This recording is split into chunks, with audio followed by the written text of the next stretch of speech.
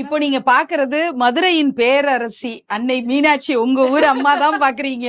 அவங்களதான் நான் குட்டி குழந்தைன்னு சொல்றேன். ஏன்னா என்னுடைய மகளா பாவிக்கிறேன் நானு. ஒவ்வொருத்தர் அம்மாவா பாவிக்கிறாங்க, தோழியா நினைக்கிறாங்க, இப்படி எல்லாம் இருக்கு இல்லையா. நான் வந்து குட்டி குழந்தையா, சுட்டி குழந்தையா அப்படி பாக்குறதுனால அவங்கள வந்து லலிதா சஹஸ்ரநாமாவளின்னு சொல்லுவாங்க இல்லையா. அதுல வந்து கடம்பவன வாசினின்னு ஒரு பேர் வரும். கடம்பவனம்ங்கிறது மதுரையோட புராதன பேரு, பழைய பேர் வந்து அது. அதனால இவங்க பேர் வந்து கடம்பவன வாசினி. அதோட ஷார்ட் நேமா வாசினி. வாசினி பாப்பா. அதுதான் வந்து நாங்க அவளை கூப்பிடுறது. அதுவும் வந்து இந்த சமயத்துலதான், இந்த நவராத்திரி டைம்ல துர்காஷ்டமின்னு 8வது நாள் வரும் பாருங்க. அப்பதான் வந்து வாள்லாம் வச்சுக்கிட்டு அவங்க வந்து ஒரு வீராங்கனை மாதிரி இருப்பாங்க. சோ நானுமே இங்க வாள் கொடுத்திருக்கேன்.